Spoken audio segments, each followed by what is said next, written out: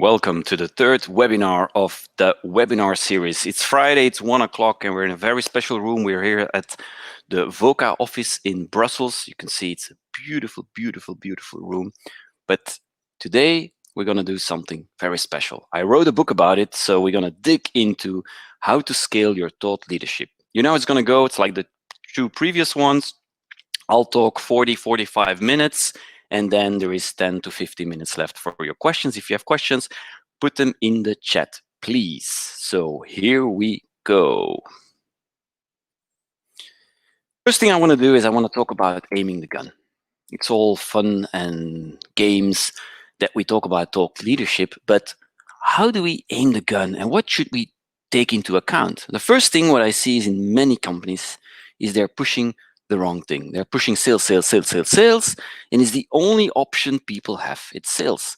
And you know what they say, only sales make Jack a dull boy. Second thing what I keep seeing is that if you want to create value and you want to really mean something to your prospects, and we all know that value always remains, whatever you do, is that value creation has no shortcuts. We got to do it in a very different way. And then the last thing is that what's the most important, Michael? Is it the company or is it the people? Is it the person? Which approach should we take, right? And we know who we trust. It isn't always companies, because when companies come to us, we think they're selling something, but we do trust people.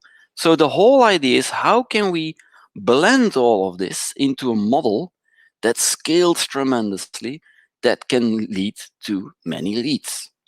So if we look at the value journey, I've explained this, I think, in every webinar, in everything I do, I always keep explaining it. Here it goes very quickly, and I'll make a jump straight away to material and content types, is that fundamentally your business is delivering a shortcut in time. In order to have more leads, in order to win, in order to scale your business way faster, we got to do something else. We don't always try to sell the fire extinguishers to people that their house is on fire, because 98% of your prospects, their house is not on fire. So what are we going to do? We're going to start with inspiration. We're going to make them dream. We're going to feed that dream. We're going to show them there is more than just the dream they have. It goes beyond. And then the logical mistake I made is when I would do something inspiring, I thought they would buy. No. What everybody does, including you are in this webinar for exactly that reason, is I can do it myself. So what we're going to do is we're going to feed them with that information. We're going to educate your prospects and your current customers how they can do things themselves. Your fundamental customer is the one that wants you to do it for them. And all the others, you want them to become ambassadors. So if we really want to build content that convert, if we really want to build sales collateral that convert, we got to go there more than we're going to the delivery side. Now, immediately people say, Michael, but what does that mean from a content type? Well, let me indulge you here, right? So I give you a very good example of inspiration. A company, you might have heard of this company called Amazon. Well, they have a service called AWS. It's a massive cloud service. And one of the things they do on their YouTube channel, so if you need inspiration for a really good YouTube channel that has everything, go check these guys out, AWS. And what you see is that their CTO, guy called Werner Vogels, has this show, and it's called Go Build with Werner Vogels. And it's funny because he speaks English with a very Dutch accent. It's a bit a strange accent, but it doesn't matter. And what he does is he visits companies that use his technology, of course, but he doesn't talk about the technology. He talks about how do they grow, how it's extremely inspiring, right? And if you look at the views, it's like 1 million views, 900K views. It's crazy. Next level, what you could do is you could turn your current customers a use case, instead of just saying, hey, this is a use case, they use our technology to do this. No, why don't you turn the use case into a hero movie, something extremely inspiring? And here's an example of the guys from Picket. If you go to YouTube, you type in Picket, and you'll find these use cases. They look really, really good, and they get a lot of leads because of that. Then we're already crossing the border to education. And by the way, I'm showing you videos, but this could work in podcasts, this could work in blogs, this could work in info kind of visuals. Don't worry about it. Video is just one format. So here's an educational example. One is a movie of that where I just explain a problem. 3 minutes about the problem, and the other one is one from Tilroy, where they actually invite some customers and actually existing customers, and they ask them questions like, why do you do this? Why do you do it? And it's not geared on their software. Another example, a final one for pure delivery, is from my friends from Money Oak. These are the classic movies where you explain literally how do you do it. Don't forget, if you would be able to cover those 4 types in this case, you will be able to cover your entire prospect range, because there will be people that are looking for content. How does it work? What does it do? What can you do for me? Which is solution selling.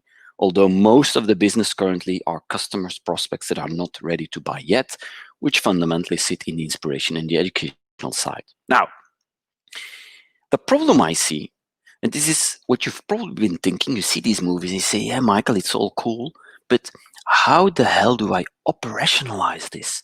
And I understand you're saying that, but it's so much work, right? So one question, where do we get the content? Well, it's very simple for me. You have the content. The content is in you. You are the expert, or people in your team are the expert. So what we got to start thinking about is, how do we surface it? How do we get it out? Second one is, producing content is tough. You might have noticed you do one post, another post, and you kind of get this tension and you give up. So we got to do it differently. So what we got to do is we got to fundamentally create it at scale. That means we create it in batch. 2, we aim the whole content production towards literally a production machine. And thirdly, if we just build a machine that produces content doesn't work, we gotta aim the gun. So we gotta, and I call it, let's look into sprint methodology. Let's build some content and then share it specifically to a market for 6 weeks, 8 weeks. You gotta try whatever works. For me, 6 weeks always works best, because it means 6 weeks in 1 quarter. You can do 2 sprints. Now, your storyline, it's another topic. We had that in the previous webinar where I explained how to do sales presentations. Well, technically for me, everything I do is a sales presentation. Your sales presentation is your website, is your content. It doesn't matter. So the one thing you got to get in there is, why should they care now? Why should they do it now? It will not only help their own business, but it will also speed up conversion, right? And finally, it's you. The big question is, you or the company? So this whole next 30 minutes, we're going to talk about how to fix nobody knows you. How do we scale you? And by doing that, how do we scale the company? So, but then you say, yeah, sure, Michael, but we're so busy. We don't have time, right? Well, I have a big problem with that. I think everybody's busy. So that also means your competitors are busy. So I think you should try and change the paradigm. All the stuff I'm talking about today, a lot of people say, Michael, hey, it's thought leadership and is that sales? And no, for me, this is sales of the future. This is how you do sales. You got to understand how the mechanism works. It's a bit more subtle than before, but at the end of the day, it's still sales. So if everybody is busy, we got to start looking into, how do we rebuild the content machine? Now, let's start by thought leadership. Some of the basics, so you really understand why. The thing I figured out a year ago is, I posted something on my personal LinkedIn account. And what happened is, I didn't even mention my company, and I saw lots of traction. You see the graph here, lots of traction on my company website. So people see my personal post and they figured out that my company is called Chaomatic, and they went to the Chaomatic website. And while I'm thinking about it, I'm helping all these SaaS companies and service companies. And I said, why don't we try this? And what I've seen is, there is an immediate correlation between what you post as a private person on a platform like LinkedIn and the amount of leads you can generate on your landing page. Not only that, I take LinkedIn as an example. What you see are some statistics from them. It's crazy actually how much leads it is pulling.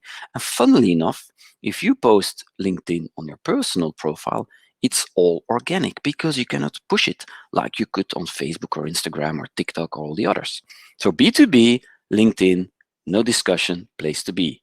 B2C, well, we have some more debate around that one. Now, you might say, yeah, Michael, cool, but the big boys are not doing this. Well, you're wrong. Here is an example of Deloitte. This is Deloitte, their homepage. I think I took this screenshot about a month ago. And you see on their homepage, there is content, there is an article there. But if you click on the article, where do you go? You go to a personal LinkedIn article of the person. This way, it enforces in both directions. Honestly, when I saw this, I mean, you would be crazy not to implement this immediately because you're probably already posting on LinkedIn doing stuff. Why don't you just combine in the two directions, right? And if the big boys can do it, you should be doing this way faster.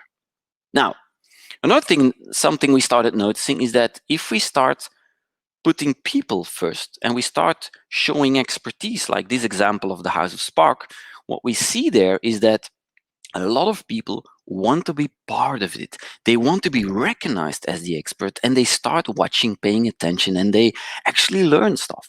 So we really started digging really deep into how can we leverage this to build companies, actually to accelerate companies. Now, the other thing that you might have noticed is that you know this classic one, this post, people buy from people, people trust people. Well, this is how I look like a public speaker. And one of the things that when people start going on social and when they start doing this personal branding and thought leadership, one of the first things they all want to do is they all want to put a quote of something they're saying, like the example I'm giving. And you know what's funny? It never works. But then you say, yeah, but Michael, why does it work for an Elon Musk, or why does it work for Steve Jobs or one of these guys? It works because they are so massive that whatever they would say, it will work. So before you can get there, you need some time. And I'm going to explain to you how much time you need. But for now, don't do quotes. It's not really working. I tried it all. Now, thought leadership is also something that is layered. And one of the techniques that I learned with LinkedIn, but I've seen this works actually in everything I do, is that if you have a company and you have a team, is you should layer your story. First of all, first thing you do is you got to connect to the level you're on. That works really well. So executives connect to executives, management connect to management, directors, operational people will connect more to operational one. And this could be a blueprint for your LinkedIn connection strategy, but this actually works on many, many different levels. Then the question is, yeah, but Michael, what is the story they need to tell? Well, executives, they talk about tomorrow. They talk about the day after tomorrow. They talk about vision, strategy, the journey of an entrepreneur. Don't always make it happy, happy. The reality is sometimes it's bad. I've seen posts about this was a shitty week, work 10 times better than only good stories. If it's too good to be true, we know it's not true. So please play with that. Management layer, they talk about tomorrow and today. It's more strategy expertise, problem solving. If you go into true operational, true expertise, it's all about today, hands-on deep dives. Now, question is then, okay, Michael, you talked about production, you talked about budget production, you talked about model. How do we scale it? Well, in order to understand it, I got to go a step back. Traditional marketing goes like this.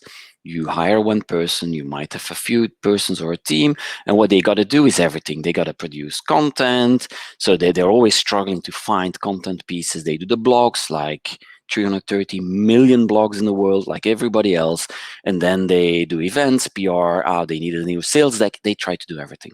It's not going to work. Fundamentally, people that can produce content, that have the content within them, are extremely bad in distributing it. Funnily enough, people that are really good in distributing it, they suck at content.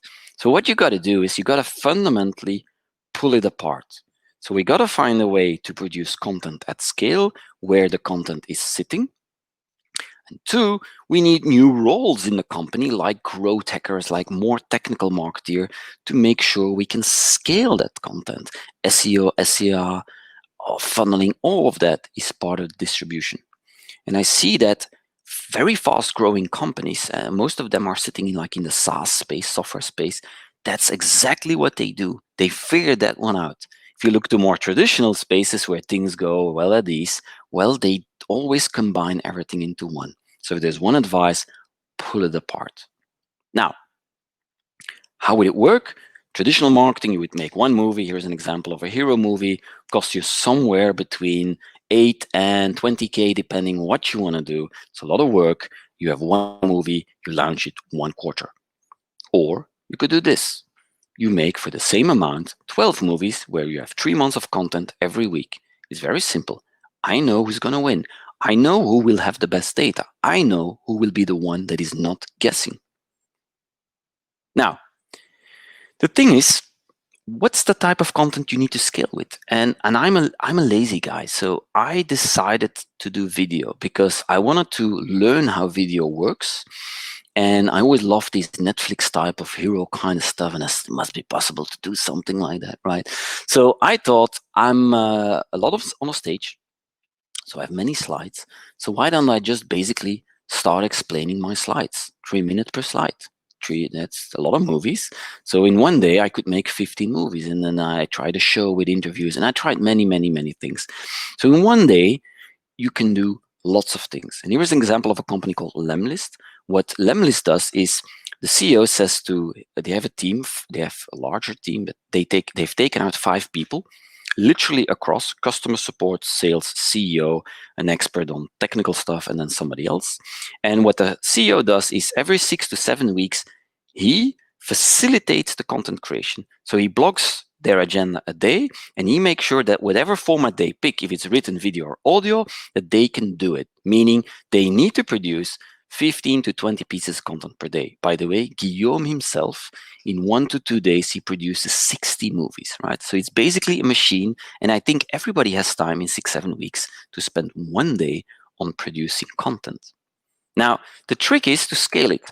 Once you have your 15 videos, in my case, I then put it on Anchor, and Anchor is a distribution mechanism for a podcast. It turns it into a podcast. The only thing I do different is I make a different thumbnail, which is a picture, which again, you can make all of them in an hour. You can make 20 thumbnails.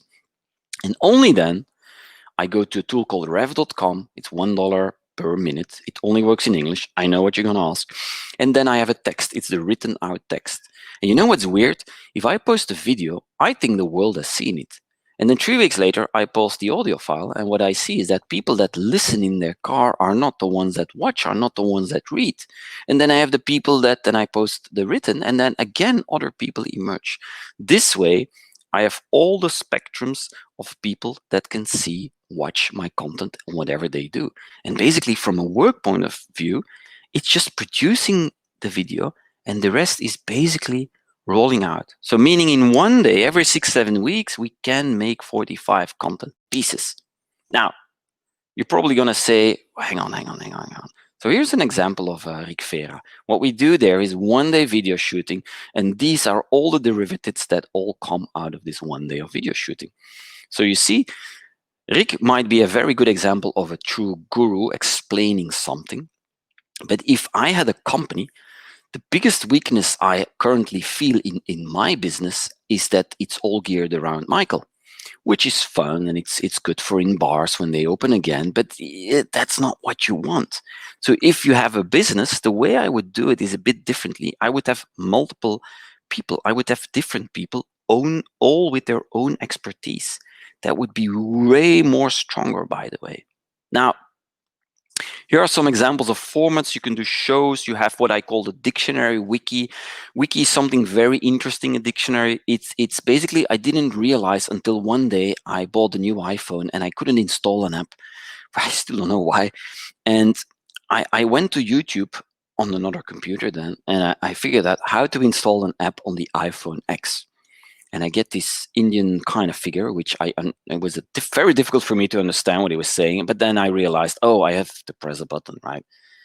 And then I watched how many people watched the video, and it was like 5.5 million. And then I realized all of us experts, me, you, we all think this stuff. So I made 10 movies explaining terms. And the first movie is, what is sales? You see here, what is sales? It's even in the picture. It's crazy. I think 7,000 to 8,000 people have watched What is Sales? And I'm thinking, it's so obvious. Well, for them, it's not obvious, right? So it's very easy to record a lot of them. The way I would do it, here is some practical advice. You could also do this in a blog or in a podcast, doesn't matter. Basically, what you say is, here is a term, that is what it means. Let me give you an example. Because lots of people forget one thing. They explain strategy, but I think you should land the plane. I think the mix between strategy and tactics makes you a true expert because you can implement it. Typically, if you start looking into the big gurus, they never do the tactical side. It's always very, very, very high level. Now you have time to get there, right? But in order to get there, add some tactical stuff. Hero movies, expert movies, explain all of that actually. Question is, what format? Well, I basically listed here some of the formats and a bit how much it would cost to make. So one of these movies is hero movies, which is really cool to make and to have. It is very expensive, not only in cost to produce, but also it's expensive in the time it takes from you. So what I would do is I would start with something very simple. I would start with actually making 3-minute expert movies about problems that your prospects, your customers face. I would then recommend you to start thinking about maybe I can interview some people, because if you have somebody else that you interview, some of their expertise shines onto you. And also, of course, they produce content. You don't have to. And you do that for a while. And then I would move over to more of a the hero movie, because then you know what topic your hero movie should be talking about. Right? So hang on. Maybe you just don't like video. And I know lots of people that actually they do crazy stuff when the camera is on them. And it took me a while to feel comfortable in front of a camera. But let's imagine you're just not comfortable. Are there other ways? Yeah, absolutely. You can go the audio way, meaning audio. You record in the morning 10, 15 short audio clips, 3 minutes, 5 minutes, and you basically put them on as a podcast, and then you put them as a video, and then you go to written. This is an example of Neil Patel with his marketing school. And I know in the morning he records, I think, 20 or 25 of these. And who said a podcast need to be long format? Podcasts can be also snackable and short, right? The other thing, what you could do is webinars. I hated webinars for years. I really hated it with a passion because it was horrible. And now with the whole Corona, but also even without it, I'm looking at it again because it's not hard to set up. And you have so many technology platforms that make your life so easy. And I have an example here of a company, that the one to the left, what they've done is they basically scaled their entire business only on webinars. Who says for a webinar you need all these slides? What I'm doing here is a lot of preparation. But you could do an interview in a webinar. You just phone up somebody, you have a chat. Very easy. That could be a webinar. And then you put it on YouTube, and then you go to written. So for me, whatever you choose, I don't care, even if you want to do cartoons. But there is one thing I would recommend: either go video or audio. Both of them are 10 times more scalable than if you start with written. Because, of course, a video has still images, moving images, has audio and text. A podcast, of course, you have audio and text. And if you're smart, you record your own face. Now, if we just look to the world, there are 330 million blogs. There are 33 million YouTube channels, and there are 1 million podcast channels. So if I had to start again, I'd probably go for podcast, probably that I would put on a video. Now,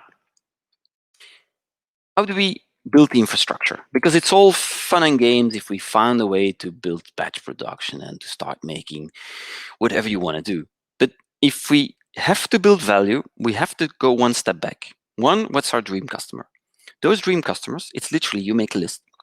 Those dream customers have problems. So what you do is you write down, okay, I'm looking for, I'm just going to give you an example, food, or for instance, retail, non-food executives within Belgium. And then you can narrow it down. What are their problems, of course, that relate to your business, right? So what we're going to do is we're going to create tons and tons of bait, which can be all the material you produce, that basically talks about the problem. Because don't forget, people don't know the solution. They are looking for the problem, right? And that's where most of us go wrong. People are looking for the problem. You explain the problems, and of course, magically, it leads to your solution, right? This is sales today, I would say, and tomorrow. Now, going back to the problem, that's one of the things I didn't explain during the webinar where I was explaining sales presentations, is you have to be careful with the problem. And one of the things I realized when I started 3 years ago, I was a head of global sales, and my biggest issue in those days was closing. So I started my business and I thought, okay, I gotta create material and I gotta start talking about the problem of these guys. So closing, pricing strategies, sales presentations. So I didn't know which one of the three. I guess it was closing. I didn't know which one would work best. So I made 3 movies explaining the 3 things. And I went to buy like one of these boards and I painted it black and I put with some chalk, I put some stuff on there, posted the 3 movies, see what happens. And you know what happens? Is I actually have, because it says 21K, I actually have 60K views in the meantime on sales presentations. And the reason for that is, although sales directors might have the real problem of closing and that's their day-to-day worry, the way they want to solve it is with a shortcut. And a sales presentation seems like easy to solve. So here is my advice. Don't just aim at one problem. Try and shoot around it. Be close to it. Try and find ways to shortcut it. And it will become much stronger and you will figure out what really works. And once you see one of these things going, well, you know where to put the throttle on. Now, if we go back to this slide, which is the value journey, inspire, educate, deliver. The question is, of course, is how do we turn then that expertise into market leadership? And in order to do so, what we got to do is we got to build something called the value ladder. And I explain a lot about the value ladder, but basically what we do is value comes in layers. It's not because you're the expert suddenly that they will attribute you as the best. No, you got to layer it. So what I do is I will do a sprint for 6 weeks around a market with a few problems. And then I will build one piece of bait. And the bait is, and you have many examples here, service, use cases, mini guides. It doesn't matter. You build one piece of bait, basically. And every piece of bait always have the next piece ready. Because you're always upselling. You don't know where your customer is in that journey. So you got to always make sure that there is always a next step. And the next step, you see it here, is I always offer choice. Now you understand why in a sales presentation, I'm always offering choice, always back to choice. Because you're human. If I tell you what to do, you're not going to do it. So if I tell you got to buy or you will not do it. So I got to offer you the choice so you have the freedom to maneuver. But in a weird way, I am controlling where you are maneuvering. So here's an example, something I do. It's if you explain a model like the one before, typically thought leaders, what they do is they take very complex, sophisticated stuff and they flip that into an easy to understand model. If you, my friends, are the experts, you have to invent or redesign models. 1, 2, 3, new graph, new design. So if you look at my slides, a lot of it is actually simplifying very complex stuff into the 1, 2, 3 steps. Here is an example. So then this is a canvas, basically explaining the previous slide, but in a canvas, making it very attractive so people actually would then click and download it. So this is what I do during presentations when I'm on a stage and when I'm doing stuff, because then you can figure out if people actually download it, actually look at your stuff. And of course, you got to funnel your stuff then behind. Now, the thing, and I just added this morning because I didn't realize a lot of people say, okay, Michael, so I'm going to make videos and then when are the leads going to come? I'm going to write blogs. When are the leads going to come? I'm going to do newsletters and when are the leads coming? Well, it doesn't work that way. It actually works differently. If we look at the staircase, your value ladder, what we're trying to do with the videos is basically generate traction. It's like me as a person posting something on LinkedIn, let's say a video. What happens? People watch the video, think this is interesting, and they'll go to my company website. And on the company website, that is where your value ladder suddenly starts kicking in. That is where you will funnel them, where you get the email. Because rest assured, my friends, your website exists for one reason. And the reason is a simple one: get the freaking email. Because once I have the email, I have a piece of trust. And 2, I can funnel, I can automate, I can put so much stuff behind it. So you see, videos, emails, newsletter, all of that basically is to create traction to the landing page, to your website, to wherever you want to aim the gun. And that is where the magic starts to happen of sales. That's where the conversion starts. But please don't expect the video to bring leads tomorrow. So I wanted to share a few tactics because everybody keeps saying, oh, yeah, and then I get people on the website, and then I look at the website, and of course the website is aimed at one thing. It's product, product, product, me, me, me. Oh man, it's so boring. Just don't do that. So I want you to do different things. I want you to have your website, your landing page, whatever, to be attractive, to have this inspiration, educational material so that people leave their email, right? So here are some examples. Everything you get from HubSpot, for instance, this is an email they sent a few months ago. Everything you will get from them always has two choices. One is watch the piece of content you want now, download the booklet, watch this. And the other one is, if your house is on fire, you can book a demo now. You can talk to an expert. And they have many variances, but it's always the same. So always have two. Another example is your CTAs itself. So the call to actions in your sales presentation, in your storyline, what you tell, but also on your website, need to be more attractive. Everybody has this get a meeting, book a call, show me a demo. People will only click on that stuff or will only ask you that stuff when the house is burning. So we got to go a step back, or we got to make the CTAs in such a way they're way more attractive. For instance, here, cinematic video, I want to make an impact. Well, try and say no to that, right? Thought leadership, made an example, I want to be a leader. Try to say no to that. And one of the best we've seen is at a certain stage with the House of Spark, we tried it on a landing page, and we were trying to figure out, can we get people to actually share videos with us that they like, so we can figure out in the background what they're thinking. So what we did was we put this on. Send us your competitor's video. We will show you how to beat them. If somebody fills this in, I know what they're looking in, what they want, probably what their budget is, and then the button, teach me how to win. I'm not selling, right? So this thing, we had to remove it from the website at a certain stage because we just had way too many people filling it in. We're going to put it back up there eventually. But this works really well. If you look at Neil Patel, some of his websites at neilpatel.com, and he is really good in this kind of stuff. It's extremely good. You watch it and without realizing, you're kind of filling in, and then you're, whoa, whoa, whoa, whoa. So that's one of the sites I go to get inspired if I'm stuck. Sometimes one of the other sites I go to a lot is drift.com. The chatbot, can't say it like that, they call it conversational marketing, right?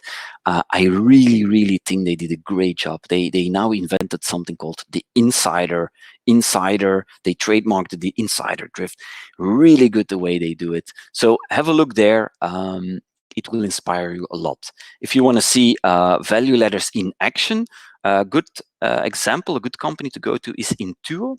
They have lots and lots of this material to download, and without you realizing, you're going from one to the other, and it's all connected, and they kind of push you up the ladder completely. So I wanted to land the next slides. It's almost at the end. I wanted to land the next slides to go to lead gen, because if I go to a company and I say, oh, you got to build your thought leadership and all of that, I got to really explain why people, and then they'll always ask me, where's the lead gen happening? So in order to do that, you had to understand the value infrastructure of value ladders and all of that. So here is Rick again. And what we did is, this is all nice. We get all the material, and of course the material is feeding the value ladder. And how does the value ladder look like? Well, from those videos, from those blogs, from those texts, we make derivatives. We take the text out of it, we create a mini guide or a white paper. We create online lessons, we create canvases. Canvas basically is your methodology into something that you share that people can fill in.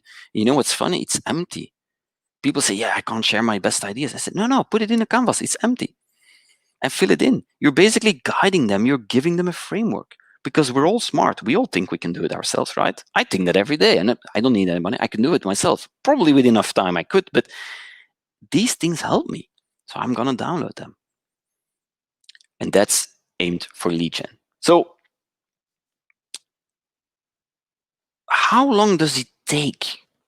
Michael, I start tomorrow. How long is this going to take? Well, the first thing that's going to happen is you got to create attention. So you're going to do some posts, so you're going to get out, and you're going to send out some emails, and then people start paying attention. But it doesn't mean they're buying, right? And you know why they're not buying? They don't trust you. So it's going to take you 5-6 weeks of posting stuff. Let's take LinkedIn as an example. So for me, it took like 5-6 weeks of posting. I had lots of traction, but I didn't realize it was all my friends liking and saying, hey, Michael is doing. But of course, after 6 weeks of seeing my face, they thought, I think that's been enough of Michael, right? So suddenly I got a massive dip in all likes and shares and all of that. And I thought, what's going on? And I wanted to stop, but I don't know. I still had movies left, so I continued. And it's funny, it's actually after 6 weeks, and then I had a gap of 2-3 weeks of people not doing anything. And suddenly I had a massive peak. And I realized then I crossed the trust gap.